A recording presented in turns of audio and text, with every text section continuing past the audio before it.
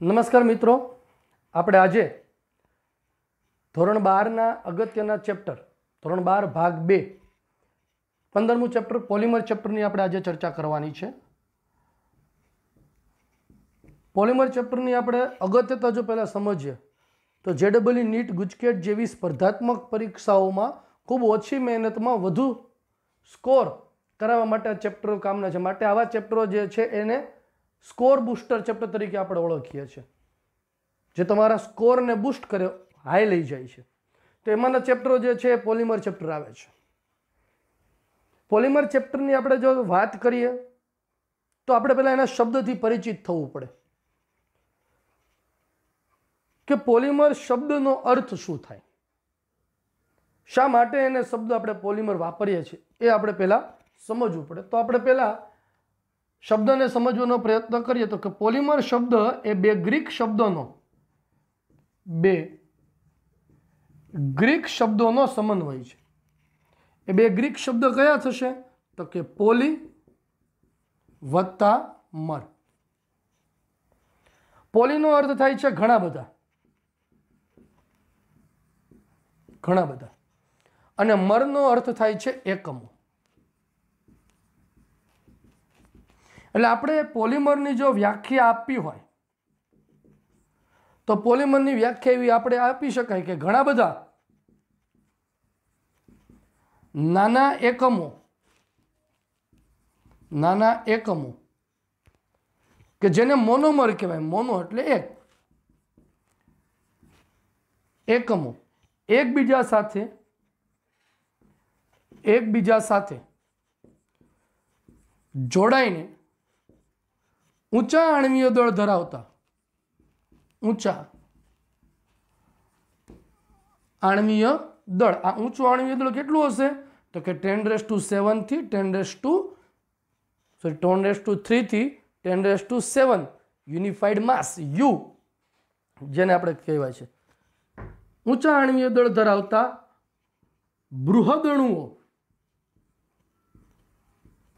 બૃહદ અણુઓને પોલિમર કહેવાય છે. પોલિમર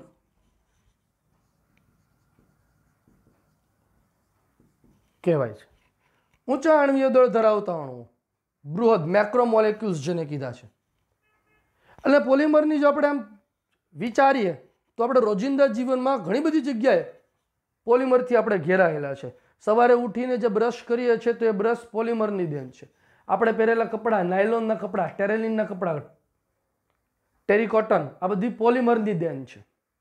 આપણે આપણી આખી આસપાસ પ્લાસ્ટિકથી ઘેરાયેલા છે, તે પોલિમરની દેન છે. તે વસ્તુને ધ્યાનમાં રાખીને પોલિમર એ મુખ્યત્વે 4 ઉદ્યોગોની કરોડરજ્જુ કરવામાં આવે છે. પહેલો ઉદ્યોગ તો કે પ્લાસ્ટિક ઉદ્યોગ. આ પ્લાસ્ટિક ઉદ્યોગોની કરોડરજ્જુ એ પોલિમર છે. ત્યાર પછી રબર ઘણા બધા પ્રકારના આપણે આવે છે. રબરમાં ટાયરનો પણ સમાવેશ થઈ જાય. તે બધા ઉદ્યોગો જે છે એ મુખ્યત્વે પોલિમરની દેન છે. રેસાઓ, રંગ અને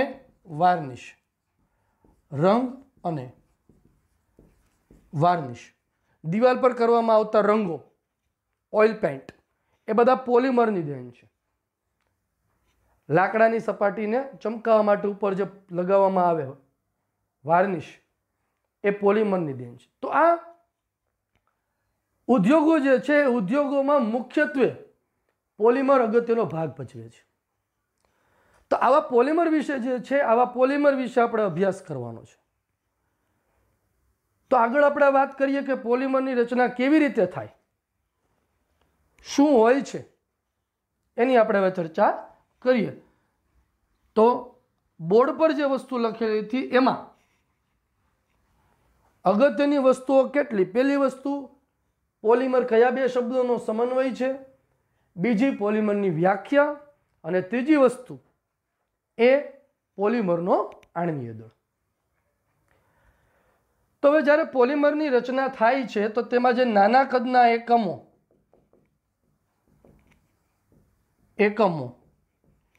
વપરાય છે તેને મોનોમર કહેવાય છે, નાના કદના એકમ. અને આ મોનોમરમાંથી પોલિમર બનવાની, પોલિમર જે બને છે, મોનોમરમાંથી પોલિમર, એ મોનોમરમાંથી પોલિમર બનવાની પ્રક્રિયા એને પોલિમરાઇઝેશન કહેવાય છે. નાના કદના મોનોમર, મોનો એટલે એક, નાના કદનો એકમ છે એકબીજા સાથે જોડાય અને જે વિશાળ અણુ બનવાની જે પ્રક્રિયા છે, બૃહદ અણુ બનવાની જે પ્રક્રિયા છે, એને પોલિમરાઇઝેશન કહેવાય. દાખલા તરીકે નાના કદના અણુ તરીકે આપણે લઈએ છીએ ethene, CH2 double bond CH2. આવા ઇથિનના અસંખ્ય અણુઓ, N અણુઓ.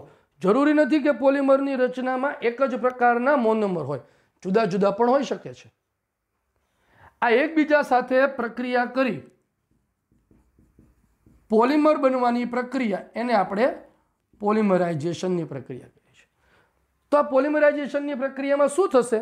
તો કે મોનોમરનો જે અણુ છે એ મોનોમરમાં આ પાયબંધ જે છે એ તૂટે અને આવા અસંખ્ય અણુઓ એકબીજા સાથે સહસંયોજક બનથી જોડાય છે અને CH2 એકમનું પુનરાવર્તન થાય છે.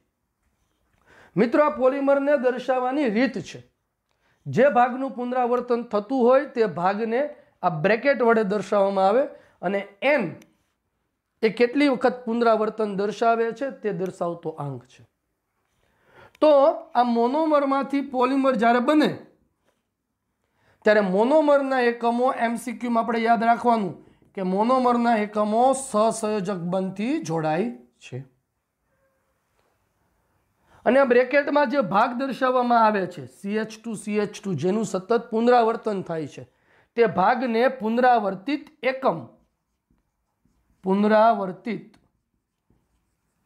એકમ રિપીટિંગ યુનિટ જેને કહેવાય RU આપણે તરીકે દર્શાવે છે.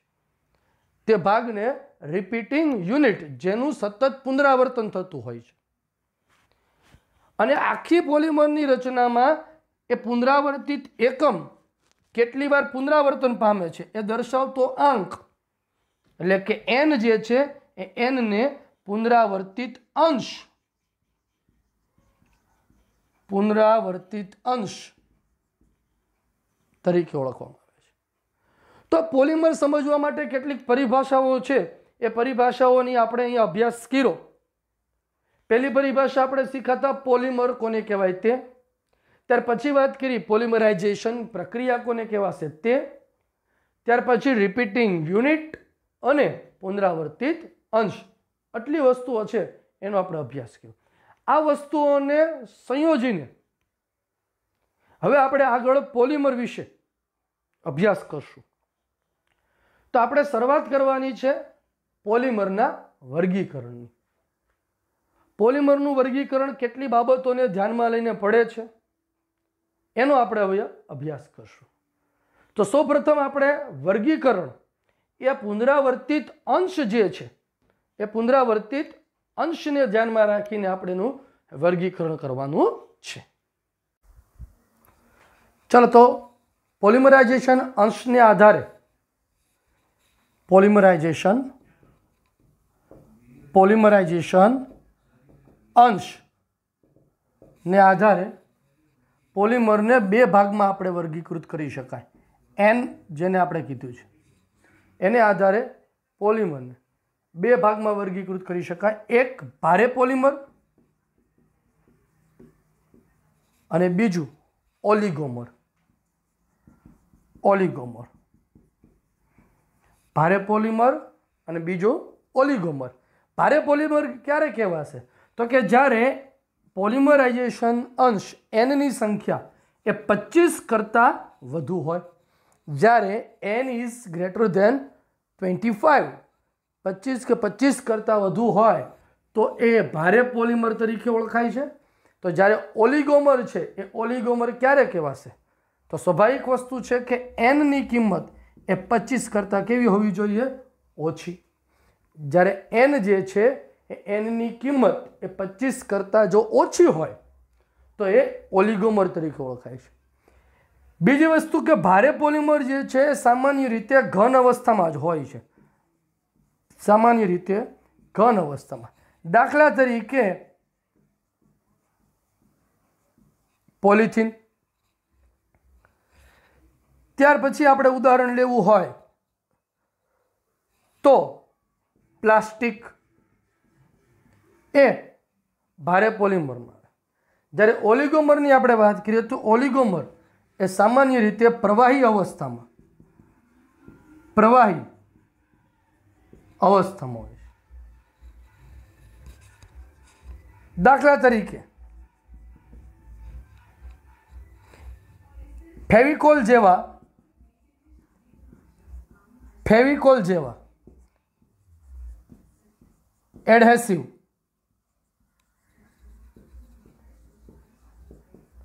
પદાર્થો. ફેવિકોલ જેવા એડહેસિવ પદાર્થો.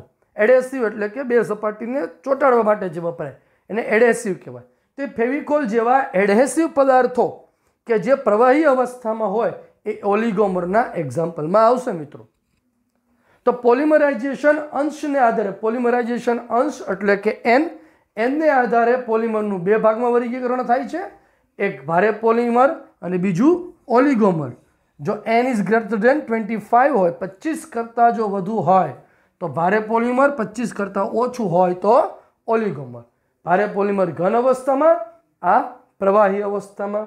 દાખલા તરીકે પોલિથીન અને પ્લાસ્ટિક, ફેવિકોલ જેવા એડહેસિવ પદાર્થો.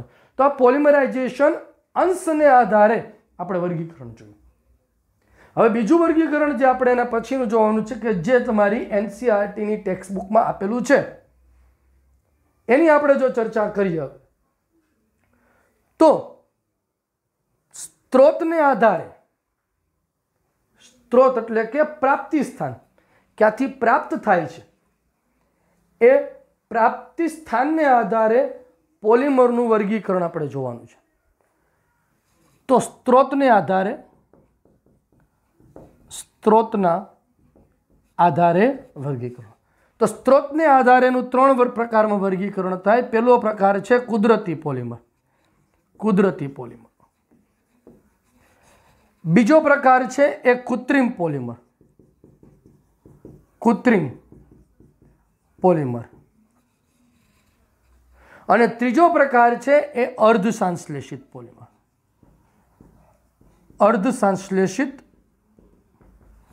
પોલિમર. આમ તો શબ્દ ઉપરથી તમને ખ્યાલ આવી જ જાય ને મિત્રો કે કુદરતી પોલિમર જે છે એ કુદરતી પોલિમર કોને કહેશું, કૃત્રિમ પોલિમર કોને કહેશું અને અર્ધસંશ્લેષિત પોલિમર કોને કહેશું.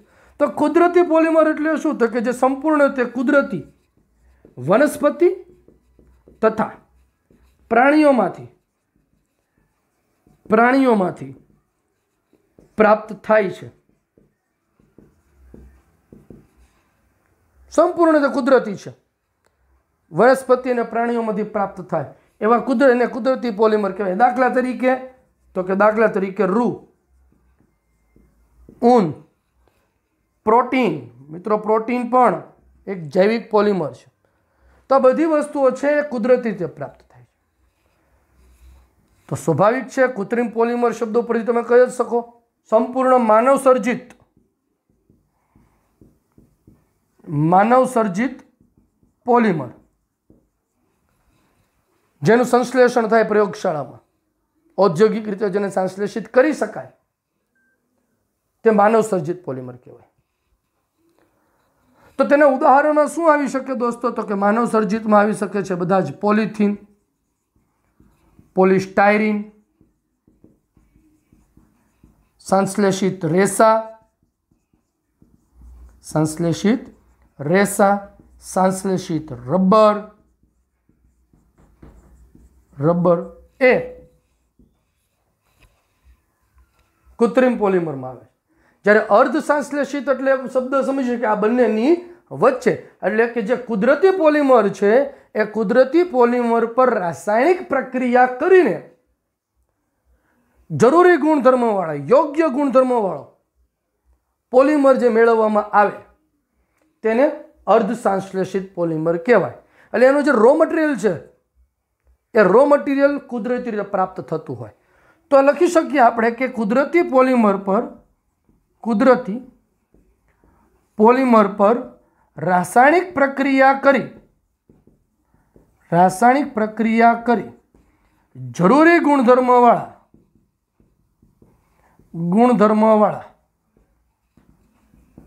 પોલિમરને અર્ધસંશ્લેષિત પોલિમર કહેવાય. દાખલા તરીકે લઈ શકાય સેલ્યુલોઝ એસિટેટ,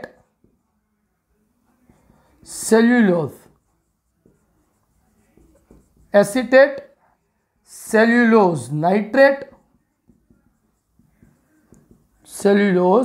નાઇટ્રેટ અને વલ્કેનાઇઝ રબર.